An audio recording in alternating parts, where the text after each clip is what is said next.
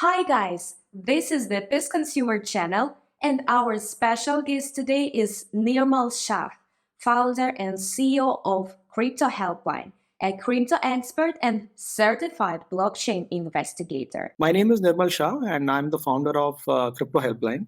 And we are an end-to-end crypto investigative agency.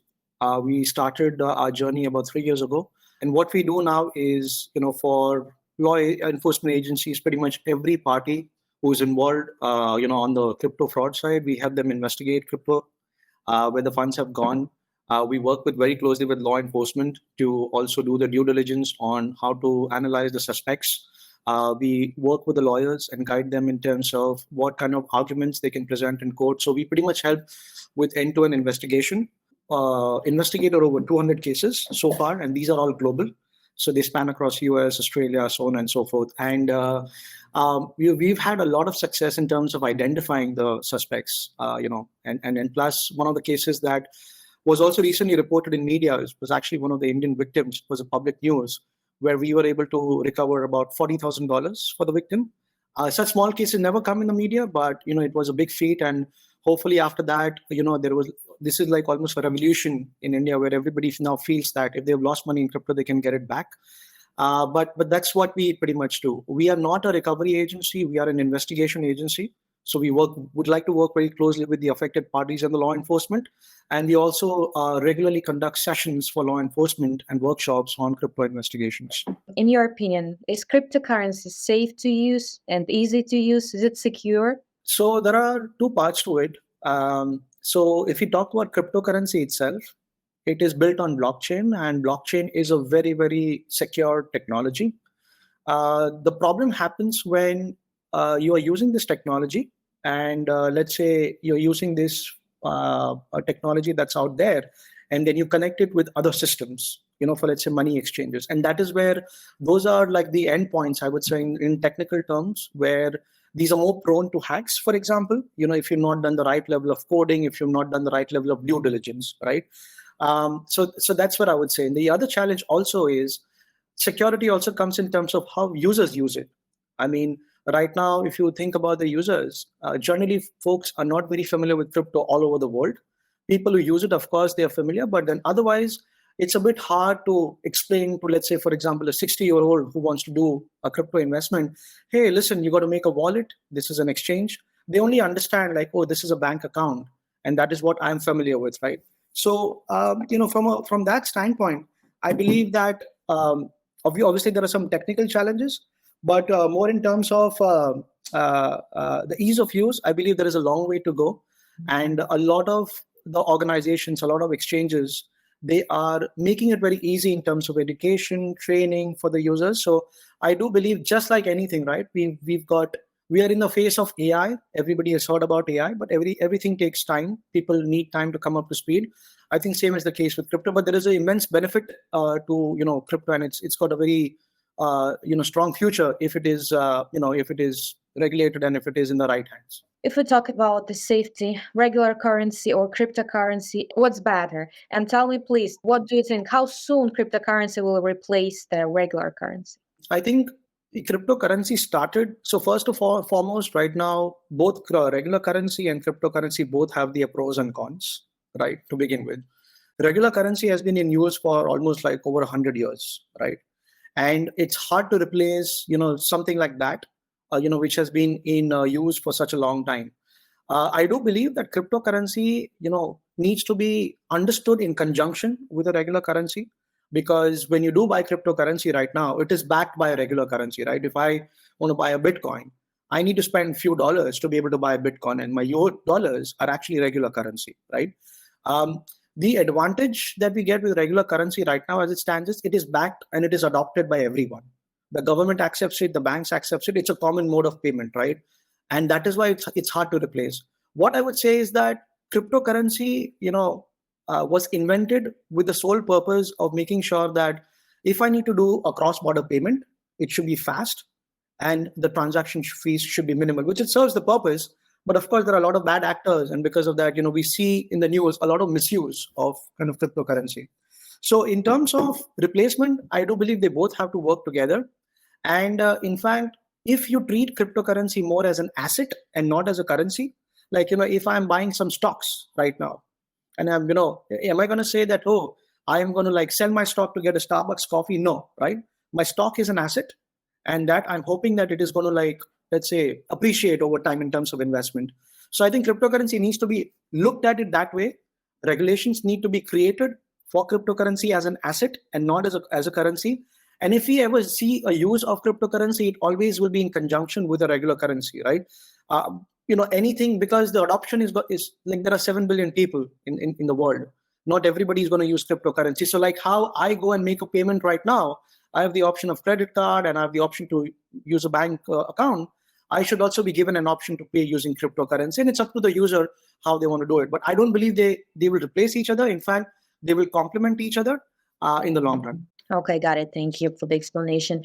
And tell me, what should an average user, regular person, not a professional who deals with cryptocurrency on an everyday basis, should know about cryptocurrency? They should know 3 things about cryptocurrency, just to begin with. Number one, that it is not regulated. It's simple, right? Number two is that if you are deciding to put some of your money, for example, in cryptocurrency, you need to understand some of the basic things, like in a regular currency, your money is stored in the bank. It's there in the bank account. But in cryptocurrency, the money actually goes and it's stored into, like, a virtual asset or whatever we call it, right? That's like a bank account, but in the crypto world, it's called as a wallet. So they need to understand, like, how the basic functioning works. When I'm sending the money to someone, I should know how I'm sending and to whom I'm sending, right? Number two, and obviously work with the legit exchanges, right? Like, do not work, because crypto is so relatively new that if you don't do your research, and it's like, if I put in my money it's in a shady bank, for example, right? I know that at some point I may end up losing my money. The bank will just like close their process and then run away, right? So I think if I do decide to invest in cryptocurrency, and if I do decide to use, like a platform like a Binance or an OKX, make sure that, it's a well-known platform. A lot of people are using it, and there are robust policies, right? I mean, these are some of the basic things that any person who's trying to do a traditional investment should think about. And last and but not least is, cryptocurrency should not be used as a gateway to put in all of your funds. It is one of the investment mechanisms. So for an average user who, let's say, puts the money in their savings account and gets some interest over a period of time, they should think about cryptocurrency to diversify. So if I've got $100 as my savings, I don't have to go all in into cryptocurrency, which is what a lot of average users make a mistake. When they're trying to go all in, they feel that, oh, this is cryptocurrency. I've done some research. I'm going to put all my life savings, and I'm hoping that I'll get a 10x return in a short time, right? And I want to retire rich. So in this quick to get rich scheme, people generally fail to do proper research. And then obviously if something goes down, then, they're disappointed after that. So I think these are some of the things that an average user should keep in mind when they are, trying cryptocurrency for the first time. What do you think? How soon cryptocurrency in general, including crypto scam, crypto crimes, and the process of transferring cryptocurrency from one account to another account? I mean, all the activity that's connected with crypto, okay, all crypto activity. How soon it could be regulated, and who should be in charge of it? What do you think? The regulation more has to come in terms of how the country is viewing cryptocurrency as, right? If the country believes that cryptocurrency is a form of investment, and if the country wants folks to adopt it, they want to use it, they need to put in stringent measures in terms of, if you're doing cryptocurrency, you need to report those transactions in your taxes. It has to start from that level. If an exchange is operating in a specific country, they need to make sure that they are cooperative with the law enforcement, which, if like a lot of these exchanges are based out of safe haven countries like Bahamas and Cayman Islands, and it's very hard to chase them. Let's say, for example, if something goes wrong, right? Like FTX was established out of one of these Caribbean islands, and Sam Bankman had to be brought in from there to, let's say, to come to US. So I do believe that regulations has to happen, both at the country level, and then at the exchanges and all these platforms that say, we're going to provide these services. They need to make sure that they up their security requirements. And I believe we have to start off from there, and we have to see how the space evolves. because regulations like that work in one country may not work in a different country as well. So we have to really start small and not really think about I'm going to apply 20 regulations at once, because adoption is very adoption by the exchanges and the people who provide cryptocurrency services also has to be taken into account. If like what the simple thing that a cryptocurrency exchange can do, oh, I don't follow this regulation in this country, I'm going to shut down my crypto services, right? So you have to really work with the crypto service providers to make sure that the regulations work. Otherwise, this is like we talk about the regulations, but it has to be a collaborative effort. Great, thank you for your opinion. And Nirmal, we're going to talk about crypto scam now. What it is, how do people get involved into this, and I'll ask you to give some examples so I could understand, and that way viewers could also understand what we talk about. Oh, absolutely. So at the base level, the crypto scams are very, very simple. If somebody comes up to you with an opportunity, it's a person or a platform or whatever, and they tell you that, hey, you invest $1 and we will give you $10 in 2 days, like a 10x return, that's a red flag, right? That's a scam. The result doesn't matter where it is happening, how it is happening. In the crypto world, generally there are two types of scams. The one scams where it is happening in a more legit way. Like I mentioned about the Ponzi scheme, the crypto exchange will ask a lot of investors to put the money because it's a very exciting crypto project going on. People put in their money, and then suddenly, let's say, what essentially they are doing is they say that, oh, this is the 10x return that you have, but that's only something that they see on the screen. What they're essentially doing in the Ponzi scheme is that they're taking my money as an investor and they're showing it on your screen that, hey, you made a 10x profit. But when you actually try to withdraw, that is where I think the problem lies, right? So this is just one example where the scam happens in a more legit way, where people are putting money in crypto projects. The more common scams that we deal with on a day-to-day basis at the businesses level or at the individual level are the crypto hacks, right? Where let's say you are talking to somebody on social media, and then by mistake, let's say, you press something or you end up sharing some OTP or you click on a wrong button, and they are able to snoop into your phone and they're able to hack all the information. So which means your user ID, password, credentials to your exchange, to your wallets that you have on your phone. And they are actually just withdrawing the money. So that's a very common scam that happens, with the businesses and the individuals. We call it as crypto hack, where you don't have the control, you intentionally press something. And we also see, about 70-80% of the scams at the individual levels. And we've seen this in all over the world. But, like in US and India kind of rank, in terms of the number of cases that we deal with, is where somebody again reaches out to you on social media, and somehow through like a 2-month, 3-month conversation, they will convince you to put the money into a fake platform, to put the money into let's say, to send the money to a wallet with the promise that they are going to give you a 10x return. Or in sometimes we call it as a romance scam, where, they make the person fall in love with you emotionally. So you're emotionally tied to them. And then eventually, they say that, hey, listen, I've got a need in my country. Can you send the money to me? But you send the money to me in crypto, right? So these are some of the common scams that we see. There are like more legit ways where it starts off with a very interesting project, but then people lose the money because it's a Ponzi, like BitConnect, and a couple of other examples are there. And there are these other scams which are more at the consumer level, wherein either consumers actually get hacked because they intentionally press something, or they are having a conversation with a bad actor on the other side, and they end up putting a lot of money over a period of time. So generally, like, these are the kind of ones. And few examples that I can give are, there was a phishing scam that happened in Twitter in July 2021. So what happened is that somebody impersonated Twitter handle so closely to the actual Twitter, and they said, hey, listen, we've got this exciting project coming up. Your profit will be doubled, and this is the wallet where you can put the money. And a lot of people fell for it before Twitter actually put that, shut down that particular user and shut down that particular tweet. So it's very easy through social engineering to fool the users and to use deceptive practices to, for whether it is investor, whether it is businesses, whether it is consumers. Also, there are scams, for example, that happen more in terms of the hack. For example, Binance in 2019 was hacked for about $40 million, right? And why they were hacked is because they had a security flaw, which I mentioned to you earlier, where the technology is blockchain, but the endpoint, the security features, and the infrastructure, if it is not robust, then the bad actors have an opportunity to steal the money from you, which is what they did. And then they, once they do it, then they actually kind of negotiate with the exchanges and all the law enforcement authorities, saying that I'll release the money to you, but my ransom is going to be $5 million. So they've stolen 50 million, and they're like, you need to transfer $5 million into a legit account, right? But this is generally how we've seen the crypto scams happen. How we actually can fight against the crypto scams? What are the effective ways? There are three things. One is education, awareness, and the third thing is regulation, right? Education is very important. I think we touched upon this very briefly. But if I'm an average user and if I want to start using cryptocurrency, do all of the above.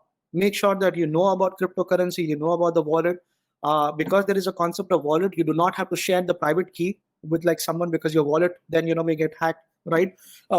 Always sign up with those exchanges or those crypto service platforms that are well known. Do not go with something like that is offering you like very high incentive, and then you sign up and then one fine day it is a fiasco like FTX, right? So that's more on the education side. The awareness side is, I think there is a sense of common sense that folks need to use. It doesn't matter whether it is crypto or it doesn't matter whether it's a traditional investment, right?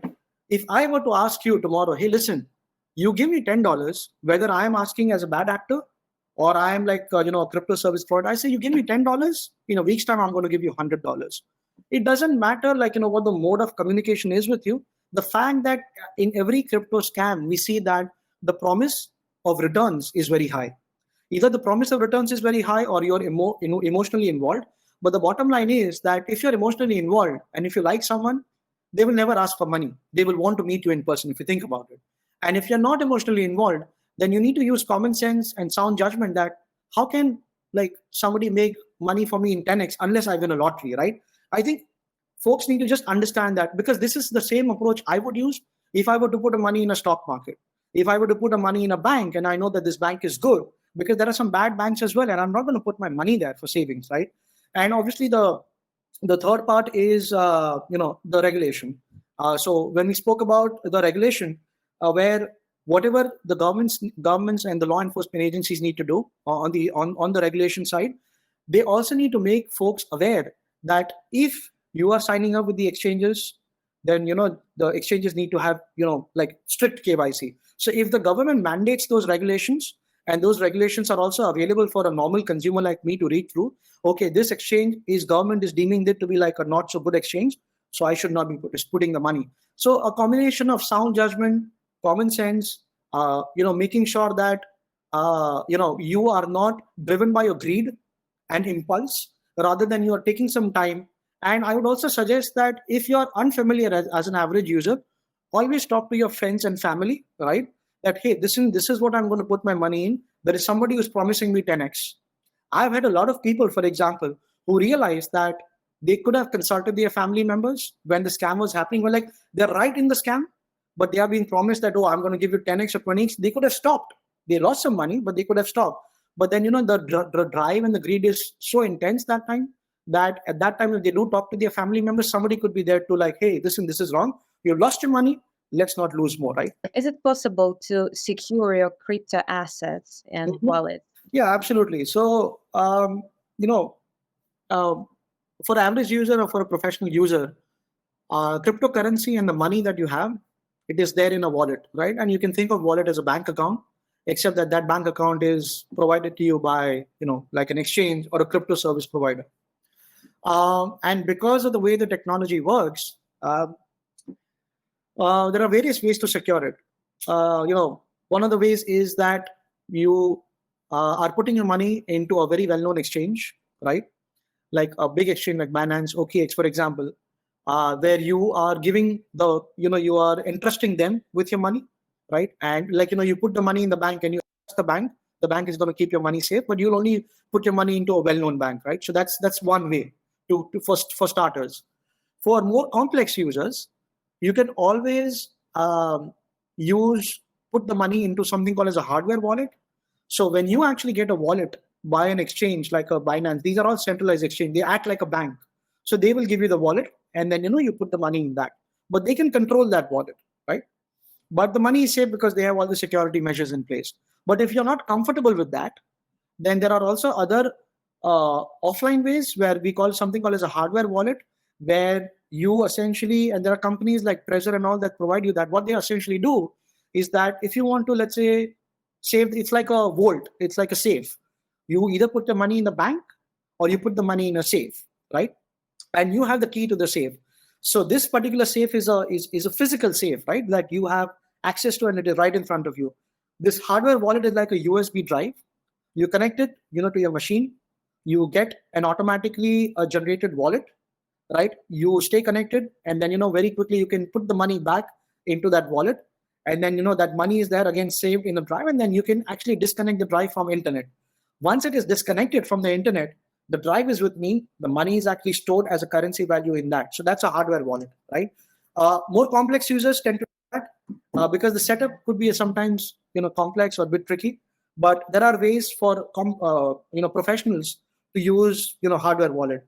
Also, when you are accessing your wallet generally, you need to make sure that you do not share your password or what we call it as any security code, for example, that is associated with your wallet with anyone. If you're sharing with your family, friends, members, etc., there is a possibility that somebody may misuse it. Also, if you are keeping your a lot of times we often see that if I save my security code for the private wallet on my phone, and if my phone gets hacked, they can actually use, the hackers can use. So it's always safe to kind of write down the security code and keep it with you.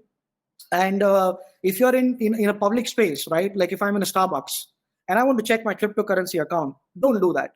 You are on a public Wi-Fi. If you're using a cell phone, it's fine. But if you're using a public Wi-Fi, which is unsecure, the hackers can very well steal the information. And then of course, last but not least is the multi-factor authentication. Like it is very common these days. So for example, if I want to access my wallet in Binance, I not only have to put in my user ID and the password, but Binance will also send me a security code on my phone. We call it as an OTP, right? One-time password. So I need to enter that, and only after that, let's say I get access to my crypto wallet. So a lot of people use that. It's called as a multi-factor or two-factor authentication, provides an additional level of security.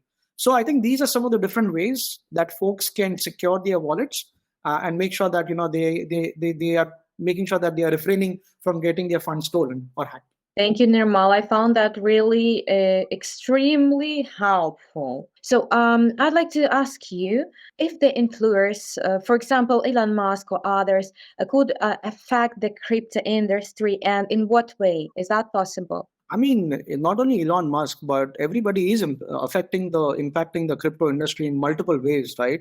If like Elon Musk is just one of the guys who is more on the tech side, and he decided to put some money in Bitcoin. He put the money in Dogecoin, and he was a big proponent of it, right? The last question, I'll ask you to summarize just a quick summary and maybe give some tips for beginners how to use cryptocurrency safely and wisely. Just a short summary of what you've said before. I think all of this was covered earlier, but I would say for an average or a professional user who is deciding to, because cryptocurrency is going to be yours, who is deciding to use cryptocurrency, you need to start off with investing time in learning about cryptocurrency. So start off with the basics. If you want to put the money, what does it mean to have a wallet to begin with? And then once you've understood what a wallet is, then you move on to the next level, wherein how do you put the money in that wallet, either through a private wallet or you go and take help of a particular exchange. And then if you do use an external party like an exchange, you need to make sure that they are well known and they are not like somebody who can shut down the operation like FTX, right?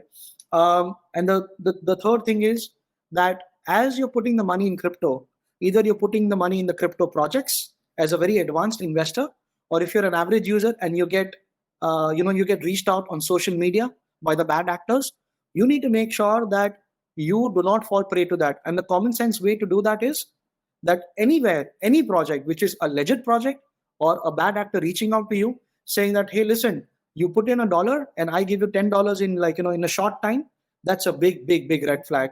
And last but not least, crypto, like any other investment, you're never going to get rich unless you win a lottery, right? That's the need. That's the real truth of life. So be it traditional investment or crypto investment, you need to kind of control your greed or impulse that, oh, if I put in the money here and they promised me this return, I'm going to listen to my greed and not to my brain, right? Um, so I think these are some of the ways to kind of stay vigilant in terms of how you can get engaged with the crypto process. And the last but not least is, if you do decide to put the money in crypto, right, start off small, and you're putting the money in crypto as one of your investment mechanisms, meaning you're diversifying it along with everything else where you've invested your funds. Do not put in your life savings, because as an investor, average user or a professional user, you will never do that even with your bank. Like, are you going to give your money to one single bank? Probably not. You will put the money in 2 or 3 different banks, because you know that you want to get that confidence that if one bank, some problem happens, my money is safe in a different bank. I think it's the same concept that you need to apply with crypto as well, with everything that I just said. Thank you, Nirmal, for your expert insights. Thank you guys for watching this video. Don't forget to subscribe to our channel, hit the like button, and comment below the video if you have questions. Stay tuned for more tips.